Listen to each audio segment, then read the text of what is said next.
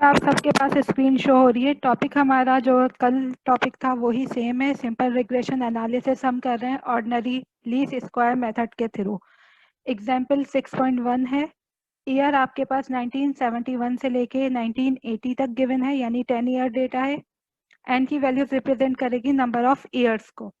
Y आई की values आपके पास हैं इन 1971 40, इन 1972 44 एंड सो ऑन। ये सारी वैल्यूज आपके पास वाई आई की हैं। वाई आई मैंने आपको बताया था डेटा में किसको रिप्रेजेंट कर रहा है,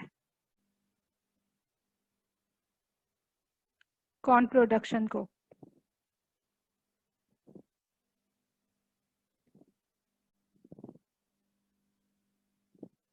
एक्स वैल्यूज रिप्रेजेंट कर रही हैं फर्टिलाइजर्स को, कि कितना फर्टिलाइजर यूज हुआ है इस कॉर्न प्रोडक्शन में।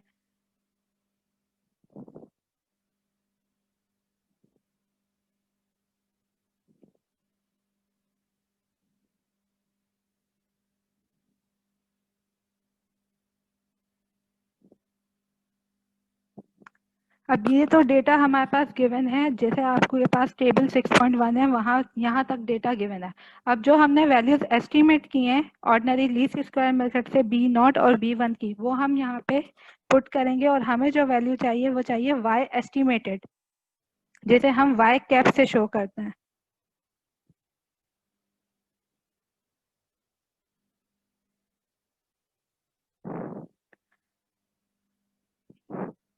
बेटा वाई कैप की वैल्यूज किस तरह से आप फाइंड आउट करेंगे, तो फॉर्मूला मैं आपको लिखवा रही हूँ, उस फॉर्मूले को आप नोट करें। ये आपके पास फॉर्मूला है वाई कैप मालूम करने का। वाई कैप बराबर है B not cap plus B one cap X. अब आप यहाँ देखें, हम पूरा एक कॉलम जो है वो जनरेट करेंगे बाय यूजिंग दिस फॉर्मूला। हमें सिर्फ कोट करना है कि बी नॉट की क्या वैल्यू है और बी वन की क्या वैल्यू है। तो यहाँ मैं वैल्यूज लिख रही हूँ, किसी भी एक कॉलम या रो पे आप लिख सकते हैं और उसके बाद उसे फॉर्मूले में यूटिलाइज कर सकते हैं। बी नॉट कैप की वैल्यू मैंने लिखी 27.125।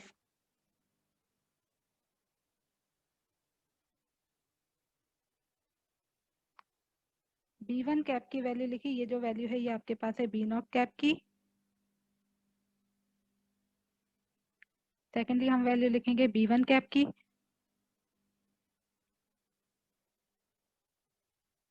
1.6597।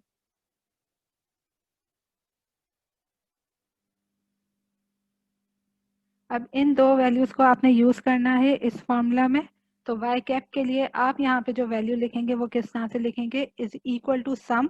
जब भी आप कोई फॉर्मूला पुट करते हैं तो आप सम की साइन लगा के उसके अंदर वो फॉर्मूला पुट करते हैं। अब फॉर्मूला आपका किस तरह से बनेगा, सबसे पहले हमें लेनी है बी नॉट की वैल्यू। आपने इस कॉलम को सिलेक्ट करना है, बी नॉट यहाँ पे इंसर्ट हो जाएगा। देन आपके पास है एडिशन साइन, तो आपने एडिशन साइन यूज करनी है। फिर आपके पास है बी वन की वैल्यू, आपने बी वन की वैल्यू लेनी है। बी वन की वैल्यू मल्टीप्लाई होगी, मल्टीप्लाई के लिए यहाँ पे जो सम यूज होता है, सिंबल यूज होता है वो है स्टार। बी वन मल्टीप्लाई कर रहा है वैल्यू ऑफ एक्स से। अब वैल्यू ऑफ एक्स आपके पास क्या है, ये कॉलम। यहाँ पे आपने ब्रैकेट क्लोज करना है और इज इक्वल टू करना है। तो अब आपके पास जो वैल्यू आ रही है वाई कैप की, वो आ रही है 37.0832। मैम यहाँ पे जो आपने x की वैल्यू पुट की है D4, वो D4 कैसे आया? बेटा D4 ऐसा आया कि आपके पास जो फर्टिलाइजर यूज है वो x की वैल्यूज हैं। आप वन बाय वन x की वैल्यू सिलेक्ट करते जाएंगे इस फॉर्मूले के लिए, तो वो आपको D4 D5 इस तरह से वैल्यूज देता जाएगा। जो D कॉलम है बेसिकली वो शो कर रहा है फर्टिलाइजर्स को, जो K कॉलम है वो शो कर रहा है B1 कैप की वैल्यूज को, और जो J कॉलम है वो शो कर रहा है बी नॉट कैप की वैल्यूज को। अब क्लियर हुआ? सेकंड वैल्यू किस तरह से लिखनी है, सेकंड वैल्यू के लिए भी आपने वही फॉर्मूला लगाना है, is equal to sum bracket. अब यहाँ पे बी नॉट बी वन की वैल्यूज तो वही रहेंगी, बी नॉट हमने लिया सबसे पहले, फिर प्लस साइन लगाई, फिर हमने बी वन की वैल्यू ली, फिर हमने मल्टीप्लाई लगाया, देन अब आपने जो वैल्यू लेनी है वो डी कॉलम की ही लेनी है, लेकिन D5 की, क्योंकि आप सेकंड रो पर हैं। आपने 10 वैल्यू ली, ब्रैकेट क्लोज किया, एंटर दबाया, ये आपके पास सेकंड वैल्यू आ गई 43.722। वैल्यूज मैं आपको लिखवा देती हूँ, पहले आप उसे कंप्लीट करें, फिर हम इस पे बाद में काम करेंगे।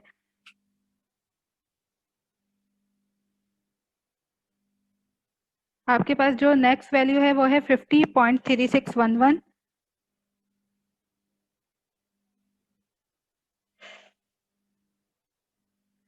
देन आपके पास जो वैल्यू है वो है 53.6806।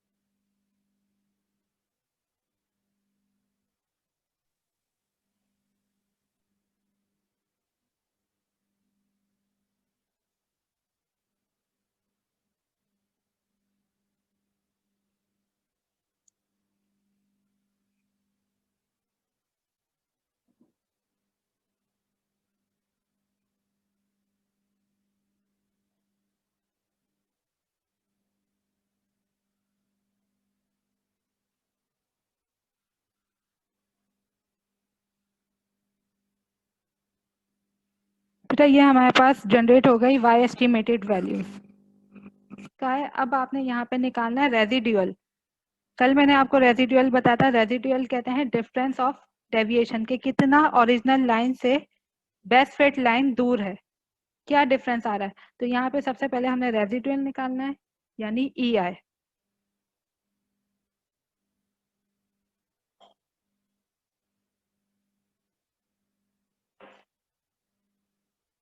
EI की वैल्यू किस तरह से मालूम करेंगे, आप डिफरेंस करते जाएंगे।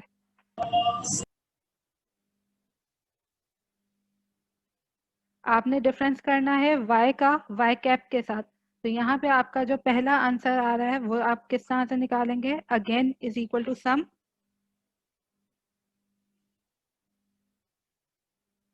y values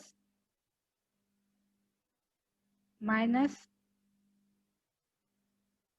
x y estimated values. तो इस तरह से आपने एरर टर्म को भी फाइंड आउट करना है। यहाँ तक बेटा क्लियर है कि किस तरह से हमने रेजिडुअल निकालना है, किस तरह से एस्टिमेटेड वैल्यूज निकालनी है। अब आपने करना क्या है, आपने किस तरह से इस प्रॉब्लम को इनपुट करना है मैटलैब में, मैं आपको वो बता रही हूँ। व्हाइट बोर्ड पे मैं प्रोग्रामिंग लिख रही हूँ, आप सब नोट करते जाएं। 44, 46, 44, 46, 48, 48, 52, 52, 58, 68, no, 58, 58, ओके 58, 60, 60, 68, 68, 74, 74। and 80. यहाँ पे भी हमने सेमी कॉलन शो करना है। डिफरेंस मैं आपको बता चुकी हूँ कॉलन और सेमी कॉलन का। अब ये दो चीजें ऐसी हैं जो आपको सवाल में गिवन है। इसके अलावा डेटा में n वैल्यूज गिवन है, तो आपको पता है n रिप्रेजेंट कर रहा है नंबर ऑफ ईयर्स को, n इज इक्वल टू 1 यानी 1971 की बात हो रही है, n इज इक्वल टू 2 यानी 1972 की बात हो रही है। तो ईयर हमारे लिए मैटर नहीं करता, वो आपके जो जितनी भी कैलकुलेशन है ईयर उसमें पार्टिसिपेट नहीं करेगा। सिर्फ आपकी x वैल्यूज और y वैल्यूज, ये दो वेरिएबल ऐसे हैं जो कि यूटिलाइज होंगे। हमने ये दो इनपुट लिखे। इनपुट लिखने के बाद आपने सबसे पहले लिखना है, आपको चाहिए क्या, B0 और B1 मालूम करने के लिए। अगर आप फॉर्मूला ध्यान में रखें तो सबसे पहली चीज जो हमें चाहिए वो चाहिए मल्टीपल ऑफ XY, देन हम उसका सबमिशन लेंगे। तो XY का मल्टीपल करने के लिए आपका फर्स्ट स्टेप है ये, अब ये स्टेप 1 आप मैटलैब में मत लिखिएगा, ये आप लोगों को रिमाइंड करवाने के लिए कि पहला स्टेप आपने क्या करना है, you have to find X Y. तो एक्स वाई इन जनरल हम यू लिखेंगे मैथमेटिक्स में x मल्टीप्लाई बाय y, लेकिन मैटलैब में यही चीज एरे मल्टीप्लिकेशन में आ जाती है, क्योंकि आप एक पूरे वेक्टर को मल्टीप्लाई करवाते हो दूसरे पूरे वेक्टर से। तो यहाँ पे हम यूज करते हैं एरे मल्टीप्लिकेशन, यानी x dot multiplication y, multiplication के लिए स्टार यूज होता है, देन y। ये स्टेप क्लियर हुआ कि हमने क्यों एरे मल्टीप्लिकेशन यूज की है? मैम क्योंकि ये हम क्या कर रहे हैं यहाँ पे, दो वेक्टर से उन वेक्टर को एक वेक्टर के साथ मल्टीप्लाई कर रहे हैं उसके लिए।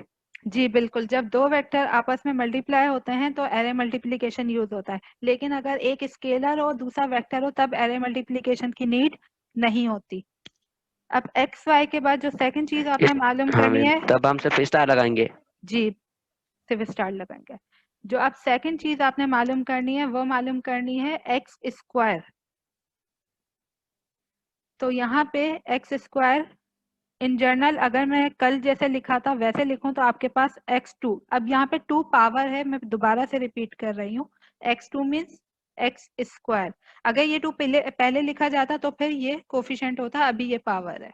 ये किसके बराबर है? वेक्टर x एरे मल्टीप्लीकेशन करेगा x के साथ,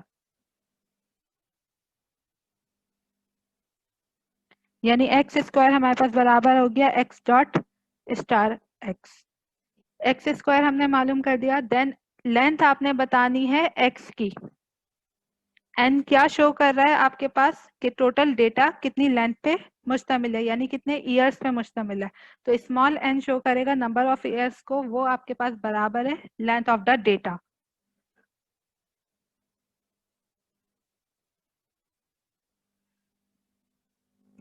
अब आप यहाँ पे x भी यूज कर सकते हो, आप यहाँ पे y भी यूज कर सकते हो, क्योंकि लेंथ x और y की सेम है।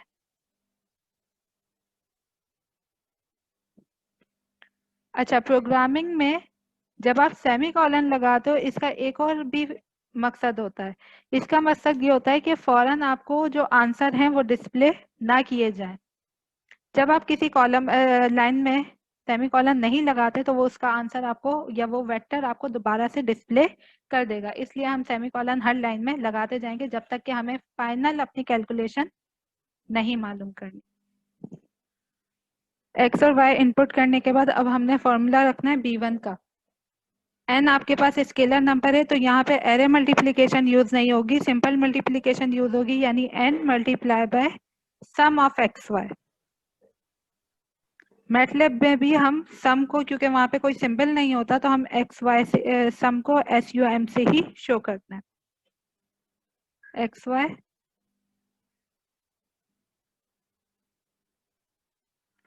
देन ये वैल्यू आपकी माइनस होगी किसके, sum of X multiply by sum of Y. अब मुझे ये बताएं, सम ऑफ एक्स और सम ऑफ वाई के बीच में एरे मल्टीप्लिकेशन होगी या सिंपल मल्टीप्लिकेशन होगी?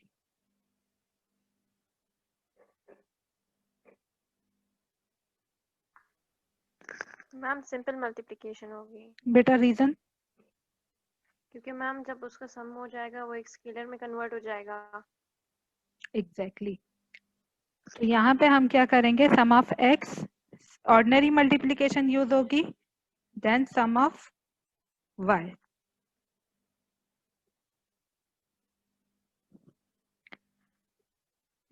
ये आपके पास फंक्शन आ गया। अब डिवाइड में जो वैल्यू है वो आपने लिखनी है। जब आप डिवाइड यूज करते हो तो आप एक एक्स्ट्रा ब्रैकेट यूज करते हो, तो मैं यहाँ पे एक एक्स्ट्रा ब्रैकेट लगा देती हूँ ताकि आपकी कैलकुलेशन में कोई भी एरर प्रोड्यूस ना हो। ये वैल्यू डिवाइड करेगी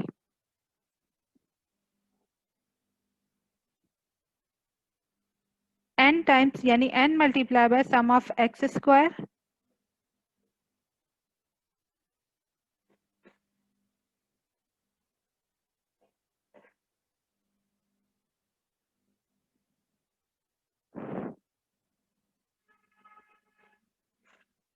देन माइनस साइन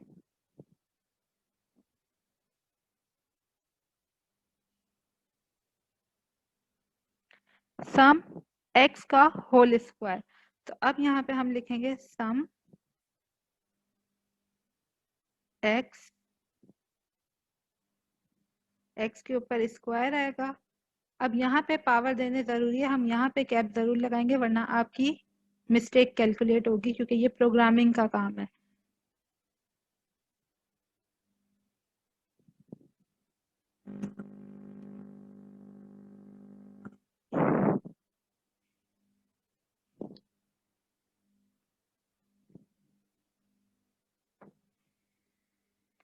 ओके, यहाँ तक आपकी बी नॉट की जो B1 कैप की वैल्यू है वो हमने इंसर्ट कर दी। देन हमारे पास अब है बी नॉट कैप की वैल्यू। बी नॉट कैप की वैल्यू आप लिखेंगे, बी नॉट का जो भी फॉर्मूला था वो आपने यहाँ पे इंसर्ट करना है।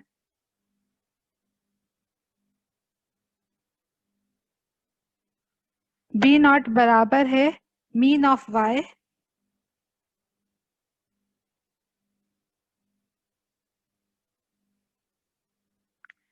माइनस B1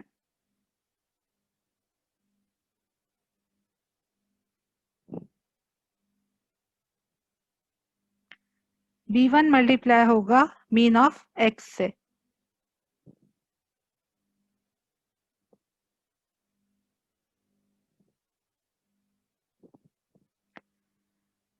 इन सब के साथ हम सेमीकोलन लगाते जाएंगे।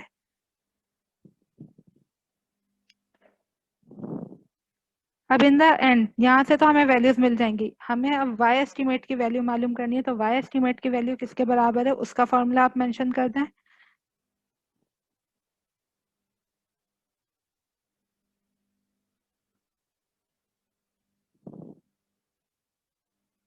EST यूज होता है एस्टिमेटेड वैल्यू के लिए।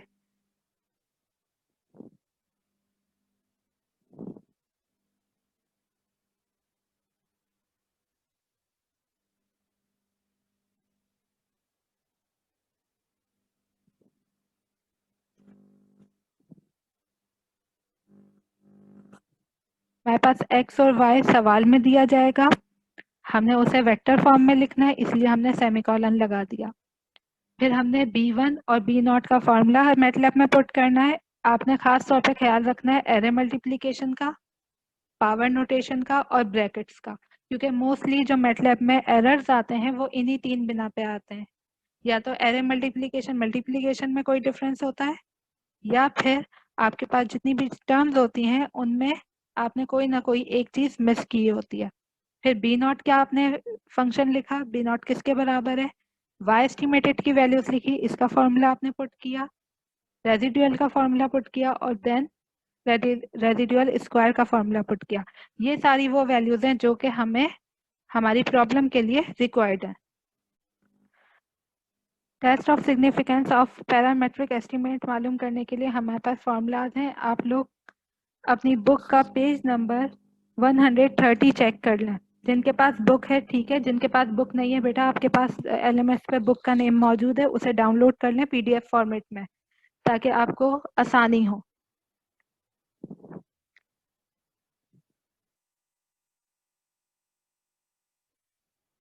आपके पास यहाँ पे टेस्ट करने के लिए वेरिएंस को हम एस्टिमेटर्स को चेक करते हैं by taking variance. Page number 130 पे से चेक कर लें।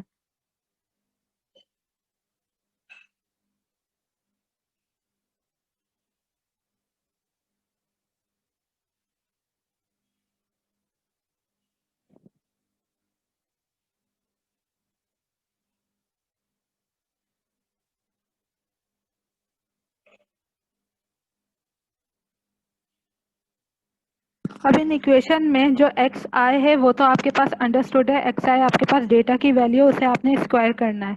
लेकिन जो स्मॉल एक्स आई है वो किस तरह से फाइंड आउट करेंगे ये आप देखें।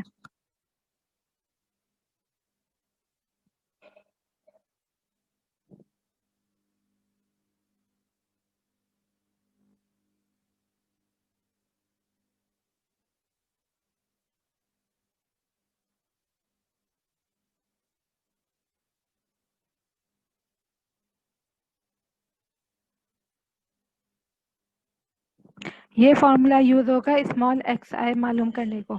एक्स आई बराबर है small X I is equal to capital X I minus mean of capital X. Then हमारे पास यहाँ पे एक और टर्म यूज हो रही है के, तो के आपके पास बराबर होगा नंबर ऑफ एस्टिमेटर के, यानी यहाँ इस केस में हम के लेंगे 2, क्योंकि हमारे पास 2 एस्टिमेटर्स हैं।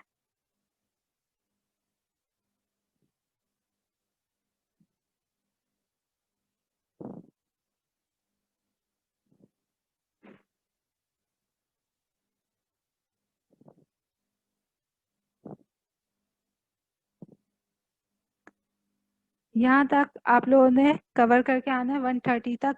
टेस्ट ऑफ सिग्निफिकेंस कहाँ से होता है, हम वेरिएंस कैसे मालूम करेंगे, देन हम नेक्स्ट क्लास में मंडे को जो क्लास होगी उसमें फर्दर डिस्कशन करेंगे इन्हीं चीज़ों के बारे में।